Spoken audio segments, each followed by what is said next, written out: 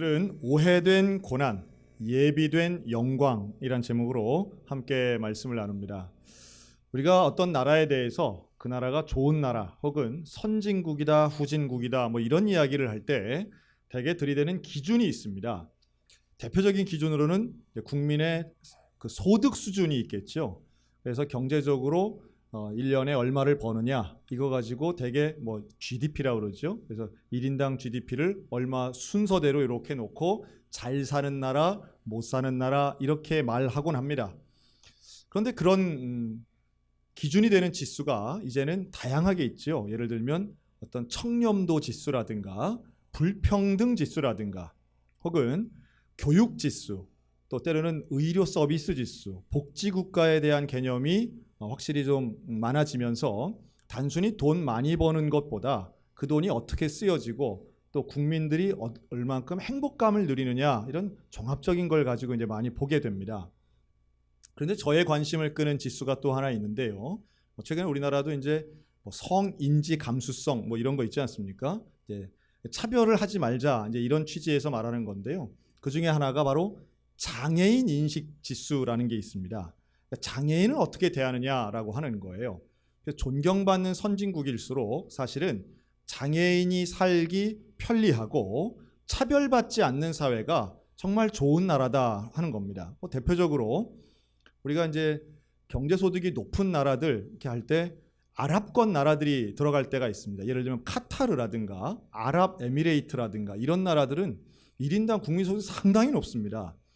뭐 아부다비만 이렇게 기준하면요 1인당 국민소득이 1억 원이 넘는다고 그러죠. 그거는 그냥 애구 어른이고 그냥 1년에 1억씩 버는 겁니다. 그러니 일을 안 하는 거죠. 그러나 그런 나라들을 우리가 선진국이라고 존경하지는 않는다는 거예요. 왜 그러냐 하면 국민소득은 높지만 그 안에는 분명히 여성에 대한 차별이 아예 법적으로도 있고요. 또 장애인들에 대한 차별이 분명히 존재하기 때문입니다. 반면 물론 시각의 차이는 좀 있을 수 있으나 미국이라든가 아니면 유럽에 있는 국가들, 특별히 북유럽이나 독일 국가에 대해서는 우리가 상당히 배울 게 많은 나라다라고 이야기할 때는 그들이 기본적으로 사람을 대하는 태도가 성경적인 이런 이해에 기반하기 때문에 차별을 하지 않으려고 하는 태도, 또 차별에 대한 어떤 사람들의 구별 이런 게 명확하기 때문에 우리가 좀 저런 건 좀 본받아야 되겠다 이런 생각을 하면서 그들에겐 선진국이라는 이름을 이제 붙여주는 거죠. 자, 제가 오늘 선진국 얘기를 했는데 바로 그런 시각에서 대부분의 선진국들이 가지고 있는 인권에 대한 시각은 사실은 성경을 기초로 한다 이렇게 볼 수 있습니다. 물론 우리 기독교적인 입장이죠. 그런데 그런 입장을 잘 보여주는 사건이 이제 오늘 본문 요한복음 9장에 나옵니다. 여기에는 한 명의 주인공, 가장 불쌍해 보이는 한 명의 주인공이 나오는데요. 이 사람은 첫째는 태어날 때부터 시각장애인입니다. 두 번째는 이 사람은 길거리에서 구걸하고 있는 거지입니다. 그러니까 신체적인 장애의 어려움이 있고 경제적인 빈곤의 어려움을 겪고 있는 사람이에요. 근데 이 사람을 향해서 제자들이 예수님에게 이렇게 질문합니다. 예수님, 이 사람은 태어날 때부터 앞을 못 보는 맹인인데 이 사람이 이렇게 된 것은 본인의 죄 때문입니까? 아니면 부모의 죄 때문입니까? 이렇게 질문해요. 여러분, 이 질문만 보아도 이 사람의 질문하는 사람의 수준과 상태를 알 수 있는데요. 여러분, 이런 질문이 얼마나 차별적인 질문인가 하는 것을 먼저 말씀드리고 싶습니다. 이런 질문을 왜 하느냐? 그 이유는 논리에 의해서 일어나는 건데요. 그 논리의 시작점은 잘못된 생각, 잘못된 전제에서부터 시작하죠. 이 잘못된 생각으로 하는 판단을 우리는 편견이라고 봅니다. 편견이란 뜻이에요. 자, 어떤 잘못된 생각이 있냐면 신체의 선천적인 장애는 하나님의 저주다 이런 생각을 갖고 있는 거예요. 하나님의 저주가 임한 것, 이게 잘못된 편견이죠. 그런데 이 생각에서부터 논리가 시작됩니다. 이 사람은 장애가 있으니까 이 사람은 하나님의 저주를 받은 거야. 하나님의 저주를 받았다는 것은 죄가 있기 때문이야. 그럼 그 죄는 누구의 죄 때문일까? 자, 이 생각을 하니까 질문이 뭐가 나와요? 누구 죄 때문입니까? 이렇게 말해요. 전제가 잘못됐으니 질문도 잘못하는 겁니다. 저는 오늘 여러분들에게 이러한 내가 갖고 있는 편견, 오해, 이러한 생각을 좀 깨트리고 수정하고 무지에서 시작된 오해가 진리로 인하여 고쳐지는 은혜가 있으시기를 주님의 이름으로 축원합니다. 신체의 장애, 분명히 불편한 것입니다. 그러나 장애는 하나님의 저주가 아니라는 것을 깨달으셨으면 좋겠습니다. 예수님 분명히 말씀하세요. 그것은 죄 때문이 아니다라고 선포하시며 말씀합니다. 근데 왜 사람들은 이러한 편견을 가지고 있었을까요? 여기에는 또 하나의 잘못된 생각이 있는데요. 그것은 저 장애는 나와는 상관없다라고 생각하기 때문에 편견을 가진다라고 하는 겁니다.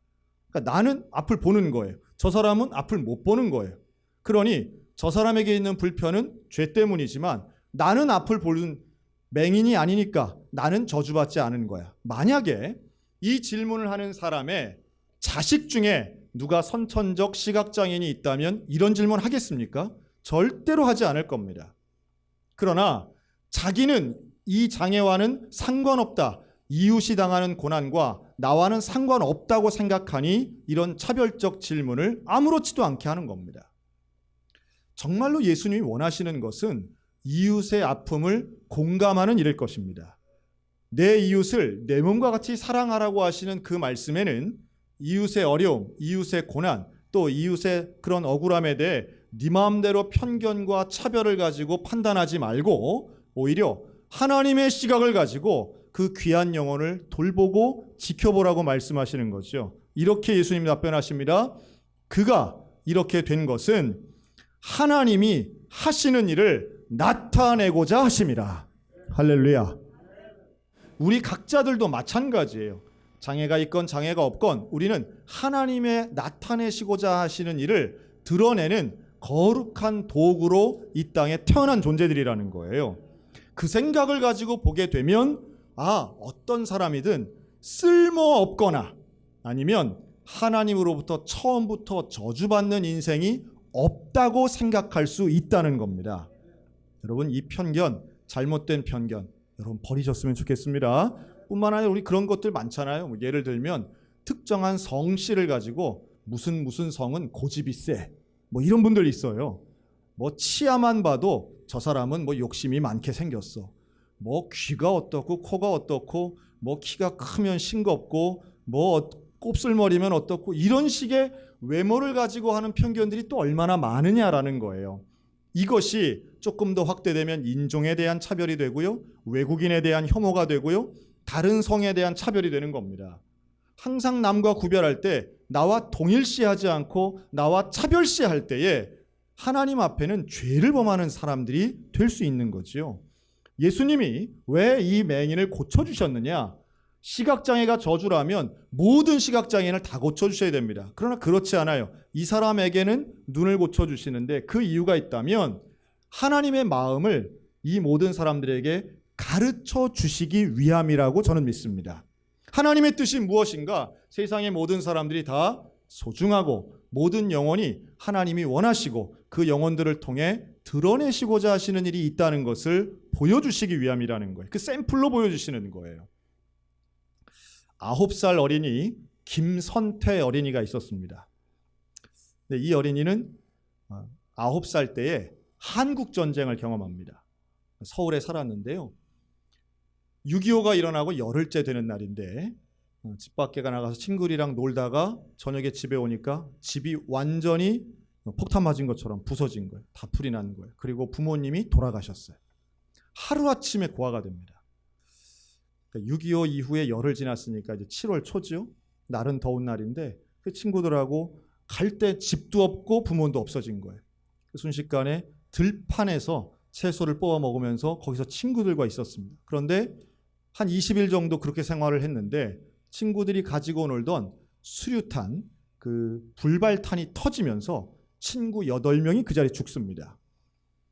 그리고 본인만 살아남은 거예요. 그런데 살아남긴 했는데 두 눈의 시력을 잃게 됩니다. 9살짜리 어린이가 전쟁통에 시력을 잃고 부모도 잃고 친구들도 잃었습니다. 그리고 그는 흘러 부산까지 걸어가게 됩니다. 그곳에 가서 말 그대로 거지가 됩니다. 그런데 그는 거지 생활을 2년 동안 하면서 거지 왕초가 됩니다. 11살짜리가 어떻게 거지 왕초가 되는가 했더니 전쟁통이니까 모두가 어려웠잖아요. 그래서 거지들이 바글바글한 거예요. 그런데 그 많은 거지들 중에 누가 제일 음식을 잘 얻어오느냐 하니까 나이가 어리고 신체에 장애가 있던 앞을 못 보는 이 김선태가 제일 많이 받아오는 거예요. 그래서 이걸 나눠 먹기 시작하니까 사람들이 붙고 나이 많은 사람도 자기 보고 형님이라고 그러면서 이 거짓대를 이끄는 왕초가 됐답니다. 자, 그런데 그런 가운데에도 김선태가 잊지 않았던 일이 있는데 그것은 주일날 예배당을 가는 일이었습니다.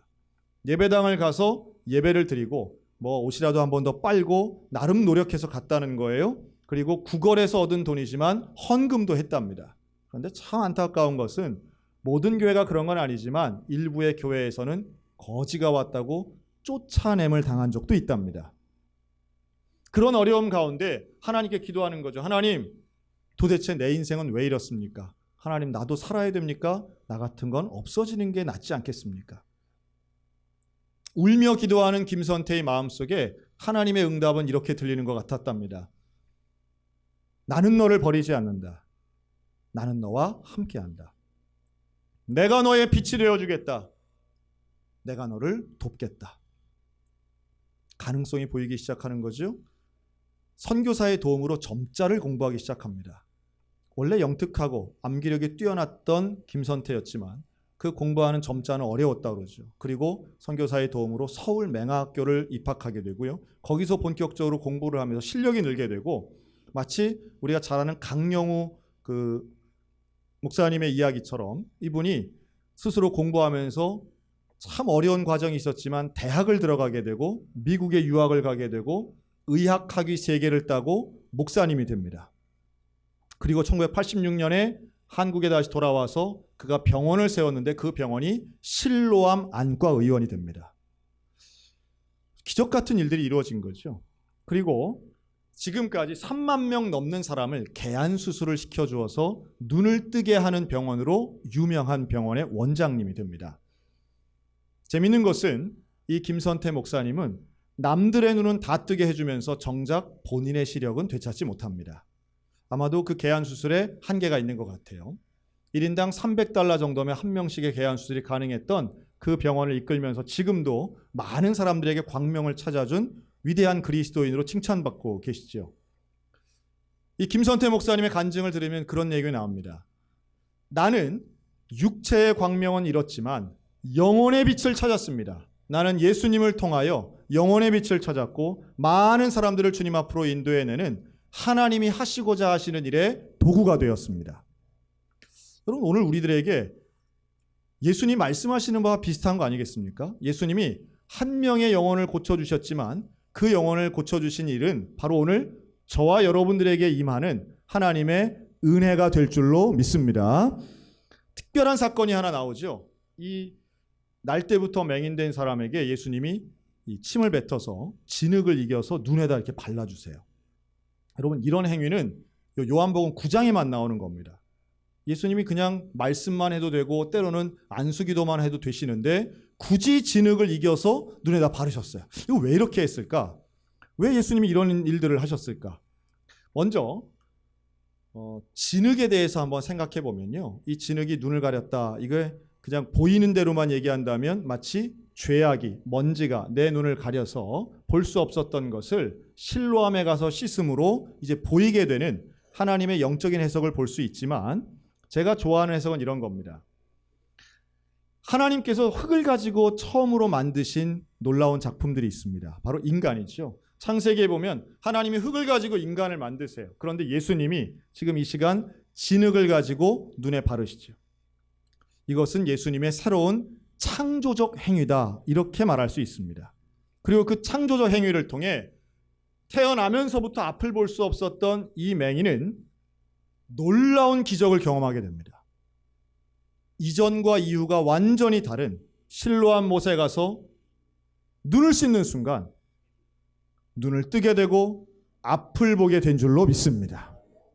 우리가 이 실로암에 대해 좀 알아야 될 게 몇 가지가 있는데요. 여러분, 실로암은 한자가 아니에요. 실로암이라고 하는 말은 히브리어입니다. 이 말은 보냄을 받았다라는 뜻의 실로아흐, 실로암이 됩니다. 그런데 이 실로암은요, 예루살렘 성 안에 있는 일종의 물 웅덩이입니다. 이게 어떻게 생겼느냐? 이건 인간이 만든 거예요. 구약의 히스기야 왕 때에 예루살렘 성은 산 꼭대기에 있는 그런 높은 도시인데, 높은 지역에 있는 도시인데 여기에 물이 나오지 않는 거예요. 성 바깥에 있는 수원지, 물이 나오는 게 성 바깥에 있는 겁니다. 이 기혼샘이라고 하는 샘인데요. 여기에 있는 물을 끌어온 거예요. 성 안으로. 히스기야 때 이걸 터널을 파서 물을 끌어옵니다. 근데 모터나 펌프가 없잖아요. 그러니까 아주 과학적인 방법. 물은 어디서 어디로 흘러요? 높은 데서 낮은 데로 흐릅니다. 그래서 높낮이를 이용해서 기온샘의 물을 예루살렘 성 안으로 끌어옵니다. 이 끌어온 길이 바로 히스기야의 터널, 히스기야 수로가 돼요. 이 길이가 꼬불꼬불한 걸 다 합치면 533m가 되는데요. 그래서 이 실로암은 거의 지하에 있는 겁니다. 예루살렘 성 입장에서 보면 여기를 히스기야 터널 이렇게도 이름하는데, 거기를 가보면 계단을 한참 내려가서 밑에 있는 거예요. 여기에 실로암 못이 있는 겁니다. 연못이라고 하지만 이 실로암은 일종의 물 웅덩이고 물 보관소입니다. 여기를 가서 이 소경이 눈을 씻는 거예요. 여기까지 걸어갈 때는 많은 계단을 내려가야 됩니다. 그런데 그것을 비틀비틀 눈에다가 진흙 묻히고 가는 거예요. 그 가는 행위 자체가 순종이죠. 그리고 전쟁 시에는 이것이 식수로 활용되지만 평상시에는 그 실로암의 물은 사람들에게 정결 의식을 위해 성전에 들어가기 전에 자신을 정결하게 하는데, 몸을 씻거나 얼굴을 씻거나 머리를 씻는 데 사용되는 겁니다. 다시 말해, 이 맹인의 눈에 붙은 이 진흙을 씻어내는 실로암에서 정결 예식을 통해 하나님 앞에 나아가는 준비를 하는 거예요. 오늘 이 시간 우리 이 예배당이 우리의 영혼의 정결함을 경험하여 예수님을 바라보는 실로암이 되시기를 주의 이름으로 축원합니다. 예수님은 소경의 눈을 뜨게 해서 실로암 보낸 게 아닌 거예요. 그는 아직 안 보이지만, 비틀대지만, 눈에는 진흙을 바른 상태지만 그 상태로 가라 하니까 실로암까지 갑니다. 보냄을 받은 거지요. 예수 그리스도의 보냄을 받은 겁니다. 오늘 우리들도 내 인생이 이런 맹인되었다가 눈 뜬 것 같이 변화되기를 얼마나 바라십니까? 우리는 기적을 바라죠. 내 인생이 달라지기를 원하지요. 내 인생이 구원받기를 원합니다. 그렇다면 실로암으로 가시기를 주의 이름으로 권면합니다. 자, 우리 옆 사람에게 실로암 갑시다. 실로암 갑시다. 실로암으로 예수님이 가라 하시는 거예요. 예수님이 가라는 자리가 있어요. 그 가라는 자리로 가야 되는 거예요. 기도의 자리 가라 하면 기도의 자리 가야 하고, 전도의 자리, 선교의 자리, 봉사의 자리로 가야 되는 거예요. 그게 순종이지요. 이 소경은 그 순종을 한 거예요. 가라고 하는데 보냄을 받은 것처럼 간 거예요. 갔더니, 씻었더니, 아마도 가는 길에 사람들에게 그게 얼마나 우스꽝스럽게 보였겠습니까? 안못 보는 사람이 얼굴엔 진흙을 바르고 비틀비틀해서 가는 거예요. 평생 앉아서 구걸이나 하던 사람이 일어나서 가는 거예요. 사람들로부터는 저거 죄인이고, 저건 저주받은 영혼이고, 저건 장애인이고 차별받는 이 사람이 그 사람들 틈을 헤치고 나가서 실로암까지 가는 거예요. 저는 오늘 이 자리에 오신 분들 중에 정말 내 인생이 구원받고 변화되고 예수님의 그 빛드신 예수님을 조명받기 원하는 그 귀한 영혼들, 그래서 어떤 어려움이 있었는데도 불구하고 이 자리에 나온 그 한 사람에게 실로암의 영광이 주어지게 될 줄로 믿습니다. 사람들은 내 고난을 몰라요. 내가 당하고 있는 어려움에 대해서 멋대로들 이야기해요. 수근수근합니다. 누구의 죄 때문입니까? 이거 당사자가 들으면 정말 속상할 얘기 아니에요? 평생 앞을 못 보는 장애가 있는 것도 불편한데 이걸 죄 때문이라고 말하는 사람들의 그 수근거림, 그 오해되는 고난, 이것은 견딜 수 없는 어려움이에요. 그런데 그런 어려움을 이 사람 평생 당한 거예요. 그런데 놀라운 것은 예수님을 만나는 순간 지금까지 당했던 어려움과 고난은 오히려 예비되어진 하나님의 영광을 위한 준비였다는 것을 보게 됩니다. 오늘 우리들에게도 하나님께서 영광스러움을 예비하고 계신 줄로 믿습니다. 하나님이 이 땅에 창조하신 것은 보시기에 다 아름답고 보시기에 분명히 좋았다고 하셨으니 창조의 목적에 합당하게 사는 인생은 누구라도 하나님께서 기뻐하실 만한 온전한 영광을 돌릴 존재들이라고 하는 말씀이지요. 그런 면에서 실로암에 가서 눈을 뜨게 되는 이 고침받은 맹인은 분명히 기적의 주인공이었으면 분명하지만 진짜 기적은 그가 육체의 눈을 떴다는 사실이 아니라 그 이후에 예수님에 대한 증인의 삶을 살았다는 것이 진짜 기적인 줄로 믿습니다. 이 기적을 보고도 사람들이 믿지 않아요. 당시의 영적인 맹인들은 그 사람이 아니야, 다른 사람이야 의심하기도 하고요. 바리새인들 같은 경우는 안식일에 일어난 건 기적이 아니야 라고 비난합니다. 이 소경의 부모까지도 출교될 게 두려워서 우리한테 묻지 말라고, 우린 모른다고 말합니다. 아무도 이 소경의 편을 드는 사람이 없어요. 그런데 정작 본인은 담대하게 그 자리에서 나는 다른 것은 몰라도 분명히 내가 아는 것 하나 있으니 예수님이 나를 구원하셨습니다. 그리고 선포합니다. 당신들도 예수님을 믿으려 합니까? 그 자리에서 쫓겨납니다. 그 자리에서 쫓겨나요. 쫓겨나고 사람들로부터 배척당합니다. 마치 그가 맹인이었을 때도 사람들에게 저 사람은 죄를 져서 저런 처벌을 받는 거야 라고 배척당했던 것처럼 그가 눈을 뜬 이후에도 바리새인들에게 종교적인 재판을 받아서 쫓겨남을 당합니다. 눈을 감아도 배척당하고 눈을 떠도 배척당하는데 차이가 있다면 그때부터는 예수 그리스도의 제자가 되었다는 사실이에요. 예수님 앞에 그의 믿음을 고백합니다. 인생이 달라진 거죠. 육체의 눈이 아닌 영혼의 눈을 뜬 것입니다. 오늘 우리들도 영혼의 눈을 떠서 빛 되신 예수 그리스도를 보는 기적을 경험하시기를 주의 이름으로 축원합니다. 내 인생이 정말로 변하기를 원한다면, 실로암의 기적을 원한다면 예수를 봐야 됩니다. 예수님을 봐야 됩니다. 그 믿음의 눈으로 볼 때에 지금 내가 당하고 있는, 지금 내가 겪고 있는 이해할 수 없는 고난, 다른 사람들이 뭐라 하는 불편한 그 고난이 오히려 오해의 고난이 되는 것이고, 예수 그리스도를 보는 순간 주님이 나를 향하여 하나님이 이루시고자 하시는 예비된 영광 경험할 줄로 믿습니다. 우리의 삶의 자리가 실로암이 되시기를 축원합니다. 우리의 인생이 예수와 동행하는 빛된 인생 되시기를 바랍니다. 그 놀라운 빛된 인생, 날마다 어떤 상황에서건 예수님과 함께하면 나는 행복합니다. 나는 기쁩니다. 나는 감사합니다. 이 놀라운 고백의 주인공 저와 여러분들 다 되시기를 우리 주님의 이름으로 축원합니다.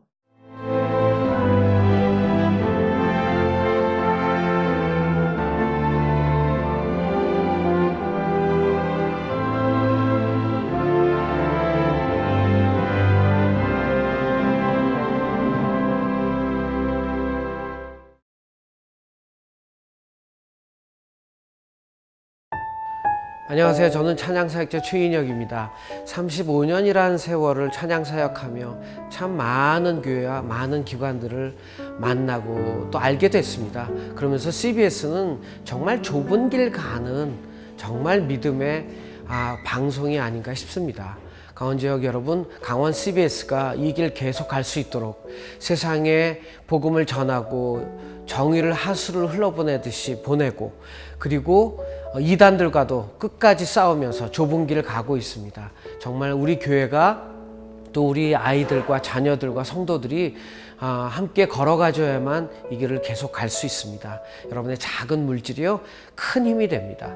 물질에 기도가 같이 올 테니까요, 정말 힘이 될 것 같고요. 여러분 기도하시면서 작은 것을 나눠주시고 손잡아 주신다면 기독교 방송 CBS는 끝까지 좁은 길 갈 겁니다. 여러분 사랑합니다.